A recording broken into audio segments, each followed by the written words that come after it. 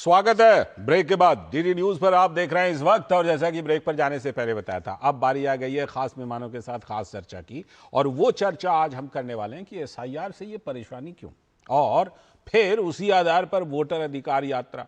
जबकि एसआईआर पर supreme court में सुनवाई हो रही है, सुप्रीम कोर्ट जो कुछ कह रहा है वो सब कुछ हो रहा है। एसआईआर के तहत ड्राफ्ट वोटर लिस्ट, बिहार का जो ड्राफ्ट वोटर लिस्ट है उससे 65 लाख वोटर के नाम हटाए गए थे, और अगस्त में सभी राजनीतिक दलों को यह ड्राफ्ट वोटर लिस्ट दे दी गई थी।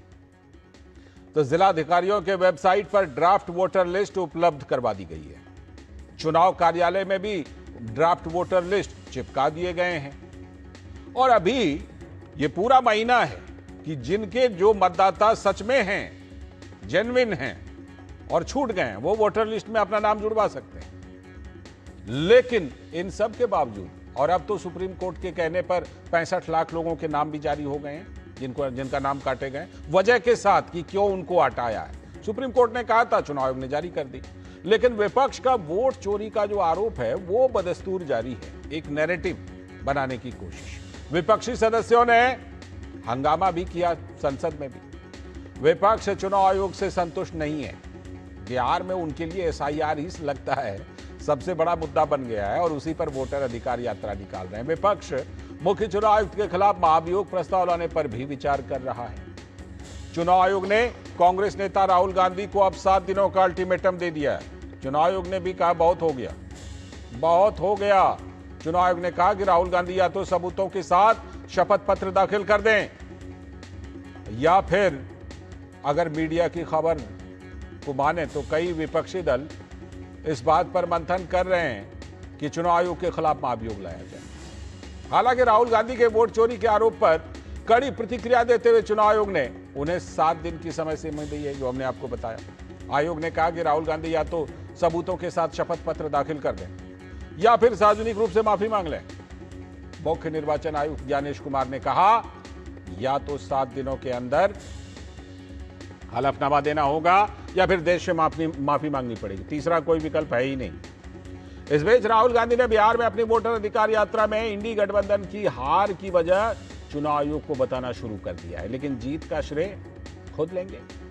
तो जानकार मानते हैं कि वोट अधिकार यात्रा के जरिए राहुल गांधी अपने कार्यकर्ताओं को आगामी विधानसभा चुनाव को लेकर उत्साहित कर रहे हैं। करें, इसमें कुछ भी गलत नहीं।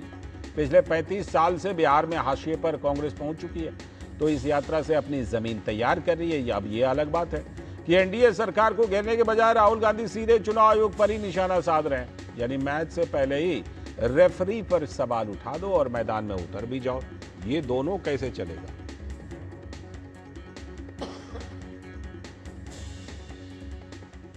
बहरहाल राहुल गांधी की अपनी कोशिश जारी है। कांग्रेस नेता राहुल गांधी ने कहा कि बिहार में वोट चोरी नहीं होने देंगे।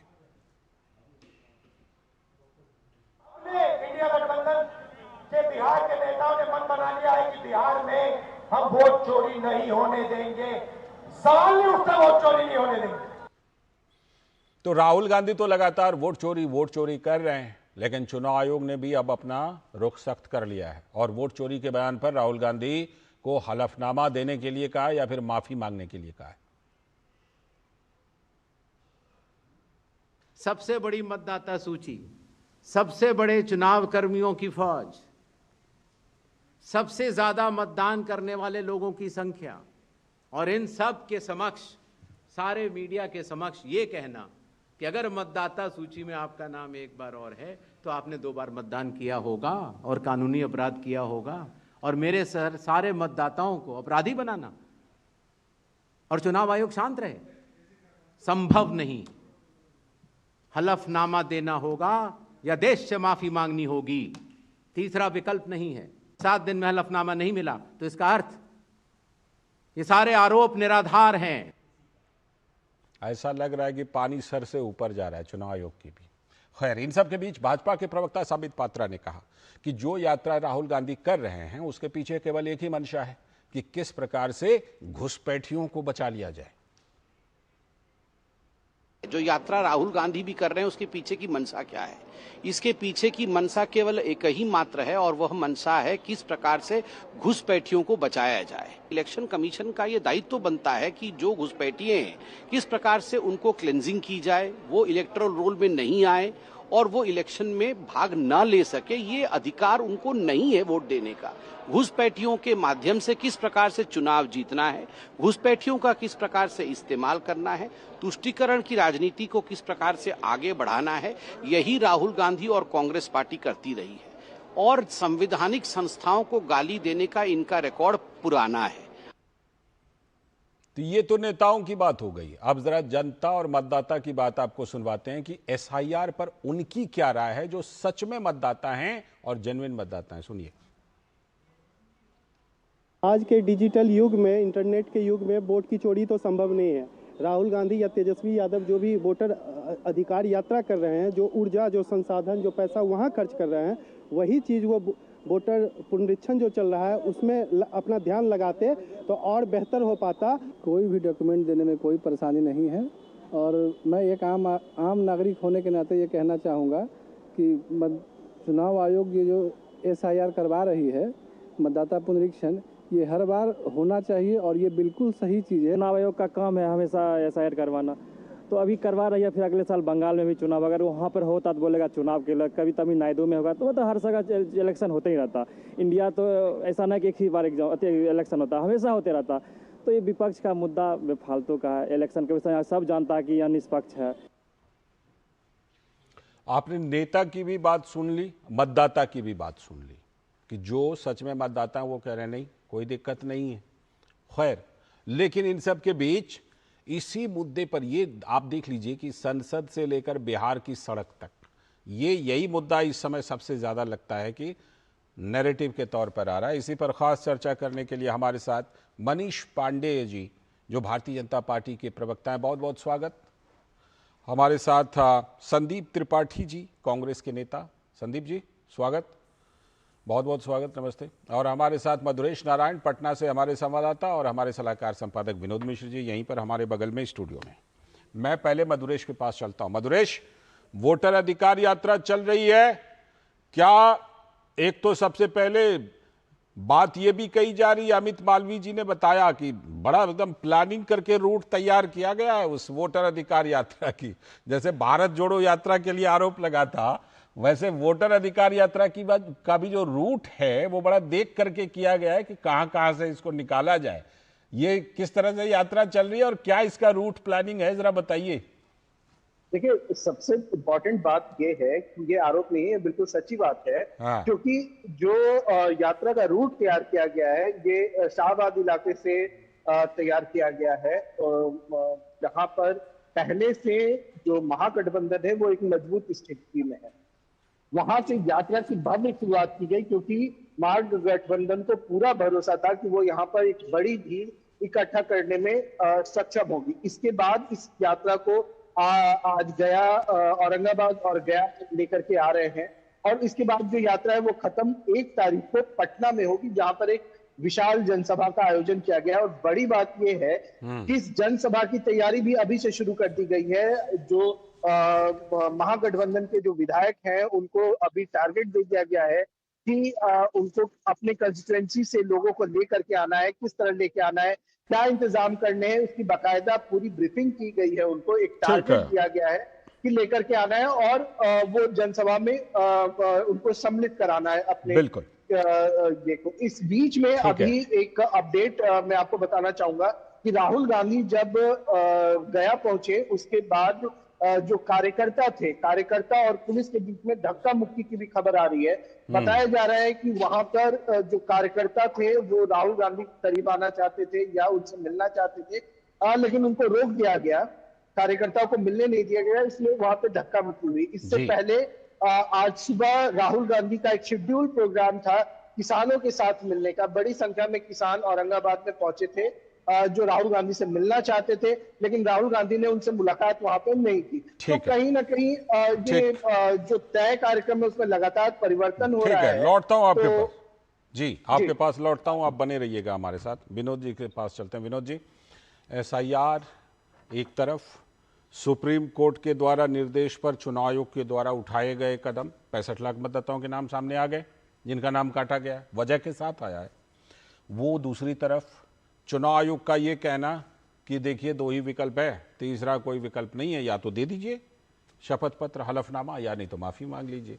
और ये एक एंगल की बिहार में वोटर अधिकार यात्रा, उसकी बड़ी ज़बरदस्त प्लानिंग, रूट प्लानिंग, ये सारी चीज़ें एक साथ चल रही हैं। लेकिन एक बात तो बिल्कुल साफ है कि संसद से लेकर बिहार की सड़कों तक यही एक मुद्दा है जिस पर ये लग रहा है कि हाँ, इस पर कुछ उम्मीद बन सकती है।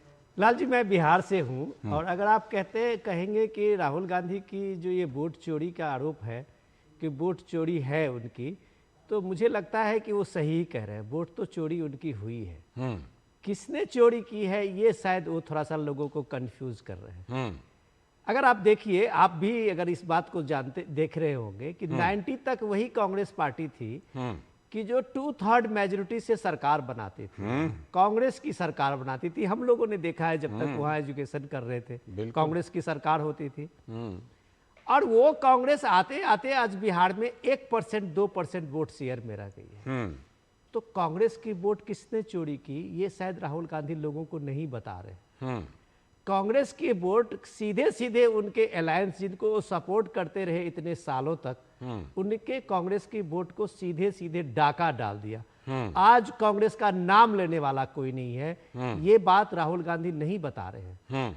लेकिन अगर वो चुनाव आयोग पे सीधे प्रहार कर रहे हैं, चुनाव आयोग पे सीधे निशाना बना रहे हैं, तो मुझे इसमें कोई भ्रम नहीं है कि आप एनडीए के 15-20 साल का लगभग नीतीश कुमार का वो शासन है, उसके एंटी इनकम्बेंसी को मुद्दा बनाने के बजाय अगर महागठबंधन चुनाव आयोग को बड़ा मुद्दा बना रहा है, एसआईआर का बड़ा मुद्दा बना रहा है, तो दाल में काला नहीं, पूरा दाल ही काली है। पूरी दाल काली है। संदीप त्रिपाठी जी, चुनाव आयोग ने साफ तौर पर कहा है भाई कि कोई तीसरा विकल्प नहीं है, 2 में से एक चीज कर लीजिए। अगर आपके पास सबूत है तो हलफनामा दे दीजिए, अगर सबूत नहीं है तो बोल दीजिए कि गलती से बोल दिया, माफी मांग लीजिए। तीसरा कोई विकल्प नहीं है। कांग्रेस पार्टी कौन सा विकल्प चुनेगी संदीप जी?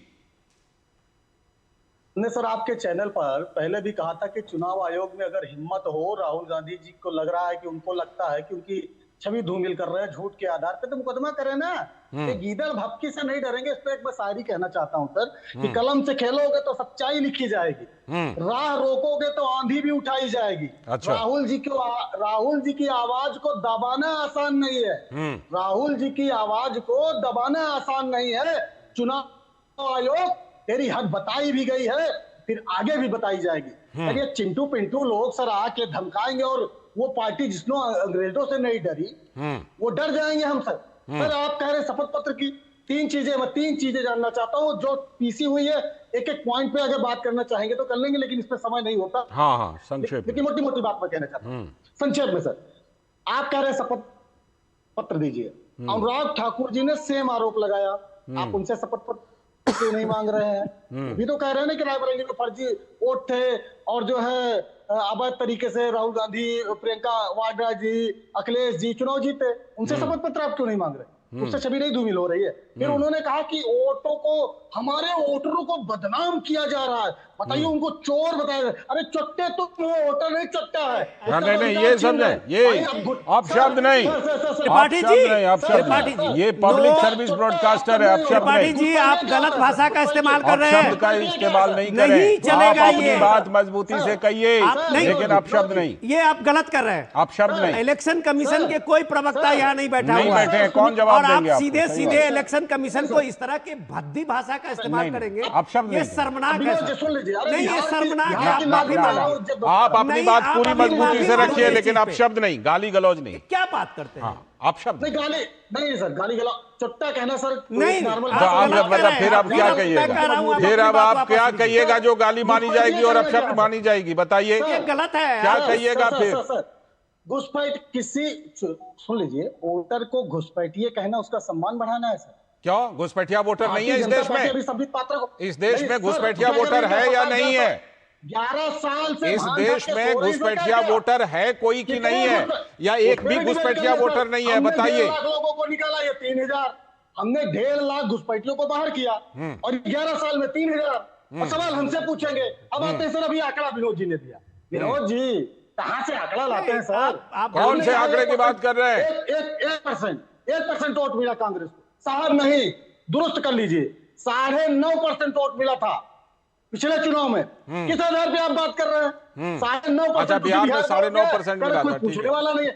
लेकिन वो आरजेडी कहती रही है कि हमारा सीट खराब कर देती है कांग्रेस। कम पड़ जा रही है आरजेडी कहती है हमारा सीट खराब कर देती है कांग्रेस। आज राहुल जी के साथ लगा हुआ मुझे अब मनीष जी के पास जाने दीजिए। मनीष जी के पास जाने दीजिए। आपने एक सवाल उठाया, बड़ा सवाल, आपने एक बड़ा सवाल उठाया, इसलिए बिहार की आवाज को नहीं।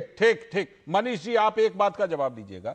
वो कह रहे हैं कि चुनाव आयोग अगर राहुल गांधी को 2 विकल्प दे रहे हैं तो बदले में जो आपने आरोप लगाया रायबरेली को लेकर के, फिर वो वायनाड को लेकर के, तो वैसा ही आपको क्यों नहीं दे रहा चुनाव आयोग? या आप भी क्यों ना वो उसमें आए कि भाई आपने भी चुनाव आयोग पर सवाल उठाया? बताइए। देखिए, ऐसा है कि हम लोगों ने एक दौर में सुना था जब लालू जी ने बिहार के कांग्रेस के प्रभारी को भगचोंधर कहा था और उससे बड़ी चर्चा हुई थी। तो मैं अभी जो थोड़ी देर पहले जो सुन रहा था तो मुझे वो दौर याद आ गया। देखिए, कुछ चीजें जो है वो संस्कारों में आ जाती है। तो इस प्रकार के शब्दों का इस्तेमाल इनके यहाँ होता रहता है। तो भगचोंधर है या नहीं है, तो वो विषय आज के डिबेट का नहीं है। वो डिबेट आज के विषय मैंने तो सिर्फ याद कराया। भगचोंधर शब्द एक बार बड़ा प्रचलित हुआ था बिहार में। अब जहां तक आपने कहा उनको बात रखने दीजिए ना, उन्होंने आपकी बात, मैं जब इलेक्शन कमीशन का उनकी बात सुन लीजिए ना, उन्होंने सुनी थी, शांति से उन्होंने सुनी थी, आप भी सुन लीजिए, फिर काउंटर कीजिए। मैंने इलेक्शन कमीशन ऑफ इंडिया का जब कल मैं प्रेस कॉन्फ्रेंस देख रहा था तो मुझे लगा कि घुमा फिरा के पत्रकारों ने जितने प्रकार के सवाल किए, उसके बाद कोई भी विषय ऐसा रह नहीं जाता है जिस पर कि किसी को किसी प्रकार का द्वंद्व या भ्रम या कोई रहा हो। मतलब काफी विषयों का, लेकिन यात्रा बदस्तूर जारी है। और दुर्भाग्य इस बात का है बिहार में उस यात्रा को झंडी कौन दिखा रहे थे? लालू प्रसाद यादव। अब देखिए, लालू प्रसाद यादव के बारे में बिहार में क्या है, लालू प्रसाद ने खुद कहा था कि मतपेटियों से मैं जिन्न निकाला करता हूँ। अब वोट अधिकार यात्रा नाम हो उस यात्रा का, और उस यात्रा को हरी झंडी कौन दिखा रहे हैं? तो लालू प्रसाद, जो मतपेटियों से जिन्न निकालने में माहिर थे। और 90 के दशक का हिंसा तो हमको लगता है कांग्रेस के प्रवक्ता को भी शायद याद होगा, इसीलिए याद होगा क्योंकि कांग्रेस को बिहार में रिप्लेस तो लालू प्रसाद ने ही किया था ना। आपने अभी जैसे कहा ना मिश्रा जी ने कि वोटों की चोरी कौन कर रहा है, तो बिहार में कांग्रेस को रिप्लेस कौन किया? राष्ट्रीय जनता दल ने किया। और अब रही बात की जो बयानों की बात आ रही है राहुल गांधी का पक्ष और भाजपा के अनुराग ठाकुर जी का पक्ष, मैं थोड़ा उस दोनों विषयों पर थोड़ा सा चर्चा कर लूं जो आपने मुझसे सवाल किया। देखो, ऐसा है, राहुल गांधी ने वोट चोरवा कहा, उन्होंने चुनाव आयोग को चैलेंज किया, और अनुराग ठाकुर ने कहा कि ऐसे मामले उनके संसदीय क्षेत्र में भी हैं। अब देखिए, जब समझदारी किसी की छोटी हो जाए तो उसका कोई विषय तो आ नहीं सकता है और न कोई जवाब दे सकता है। कहा गया है कि समझ के भी जो ना समझे, मेरी समझ में वो ना समझ है। तो अब ये ना समझी तो जनता ही उसका जवाब देती है समय आने पर। ठीक है, जनता जवाब देगी। अनुराग ठाकुर ने चैलेंज नहीं किया चुनाव। ठीक है, मैं आता हूँ। देश को एक इंफॉर्मेशन दिया कि जो आरोप लगा रहे राहुल गांधी, उन्होंने कहा इस तरह की गड़बड़ियां दूसरी जगह पर भी हैं। ठीक है। मैं लौटता हूं, लेकिन इन गड़बड़ियों को दूर करने के लिए ही तो SIR आया है। और मधुरेश, जैसा कि अभी ताजा खबर यह है कि सुप्रीम कोर्ट ने जैसा कहा, तो अब चुनाव आयोग ने जिलावार भी पूरी लिस्ट लगा दी है। 65 लाख लोगों के जिनको निकाला गया है, किस वजह से निकाला गया है, सब कुछ लगा दी है। तो जब चुनाव आयोग इस तरह से काम कर रहा है, तो जो आम लोग हैं वहां पर, बिहार में आम लोग, आम वोटर, चुनाव आयोग की इस पूरी प्रक्रिया पर, SIR से लेकर ये नाम सार्वजनिक करने तक, उनकी क्या प्रतिक्रिया, उनमें आप मोटे तौर पर क्या देख रहे हैं? क्योंकि अगर कोई किसी से प्रभावित है तो उसकी बात मत कीजिए, आम लोगों में किस तरह की आप प्रतिक्रिया देख रहे हैं मधुरेश? देखिए, अभी से कुछ देर पहले हम लोग प्रोग्राम में सुन रहे थे कि जो आम मतदाता है उसे कोई बहुत ज्यादा परेशानी नहीं है, क्योंकि जो फॉर्म था वो उन्होंने भर करके जमा किया। 7 करोड़ से ज्यादा मतदाताओं ने इस फॉर्म को भर करके जमा किया है और अपने जो डॉक्यूमेंट्स थे वो लगाए हैं। लेकिन जो ओवरऑल में अगर हम बात करें तो चुनाव आयोग की तरफ से ये भी कहा गया है कि अगर किसी मतदाता का नाम कट गया है तो वो इसके लिए अपील कर सकता है। इसमें जो बीएलओज हैं वो पूरी मदद कर रहे हैं। अगर आपको जानकारी नहीं है कि आपका बीएलओ कौन है तो उसकी भी जानकारी आप वेबसाइट की मदद से ले सकते हैं। सिर्फ आपको अपना बूथ कहाँ है वो बताना होगा, विधानसभा कहाँ है वो बताना होगा, और आपके बीएलओ का मोबाइल नंबर अवेलेबल करा दिया जाएगा और आप उसे सीधे बात कर सकते हैं। इसके अलावा अब तो जो लिस्ट है वो भी लगा दी गई है, वहां पे भी जाकर के देख सकते हैं कि अगर उनका नाम कटा है तो क्यों कटा है और जुड़वा सकते हैं। इसको लेकर के पूरे बिहार में एक मेगा ड्राइव ऑलरेडी 2 अगस्त से चलाया जा रहा है, जो कि 31 अगस्त तक चलता रहेगा। और इसी के साथ में जो नए मतदाता है उनको भी जोड़ने का अभियान चलाया जा रहा है। अगर किसी व्यक्ति के नाम में, एज में या पते में कोई गड़बड़ी है तो चुनाव आयोग ने पहले ही कहा है कि वो सिर्फ फॉर्म भर करके उसको करेक्शन करा सकता है। ठीक है। मैं विनोद जी के पास चलता हूं। विनोद जी, आपने देखा ये पूरी प्रक्रिया, मधुरेश ने भी हमें अपडेट दी, लेकिन फिर भी आपत्ति है।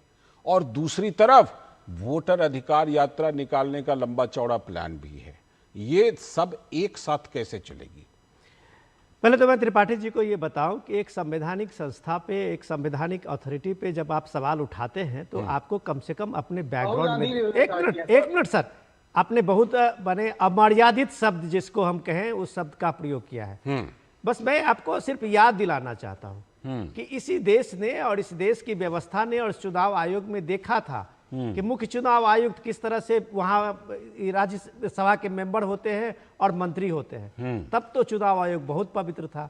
और आज आप चुनाव आयोग पे भर भर के गाली दे रहे हैं, सड़क से लेके संसद तक।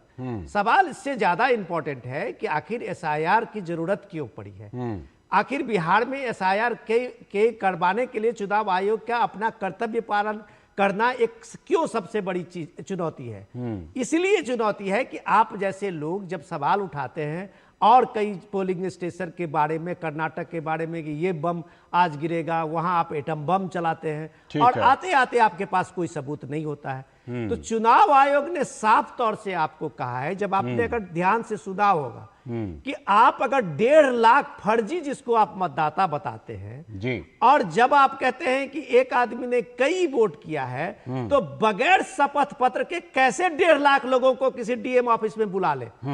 कैसे आपके सिर्फ आरोप को मान के और चुनाव आयोग सारे 1.5 लाख लोगों को बुला ले कि तुम मौजूदा जो प्रावधान है उसी चुनाव आयोग कह रहा है कि हमें अपने मतदाता पे अभिमान है। ठीक है, हम अपने मतदाता को फर्जी नहीं कह सकते। ठीक है, और अगर आपके पास सबूत है तो आप चुनाव आयोग को शपथ पत्र देके बताइए कि ये मतदाता आपका फर्जी है, लेकिन आप नहीं बताएंगे। संदीप जी, रही इसीलिए मैं कह रहा हूं कि थोड़े धैर्य सुनिए, आप तर्कों से बात कीजिए। चुनाव आयोग ने आपके हर शिकायतों का, चीजों का जवाब दिया है। 1.5 लाख से ज्यादा आपके बीएलए हैं वहां पे बिहार में, और आपके वो पूरे महागठबंधन दिन का उन्होंने डेटा दिया है कि कोई शिकायत नहीं। आयोग ने पब्लिश किया है वो सारे जिनको हटाया है 65 लाख में, आप ढूंढ के घर से निकाल सकते हैं कि ये भाई ये जिंदा है, जिसको आप मृत घोषित किए हुए हैं। और इस तरह के 15 नाम आप दे दीजिए सुप्रीम कोर्ट में। सुप्रीम कोर्ट ने भी चैलेंज दिया है कि 15 नाम दे दीजिए इस तरह का।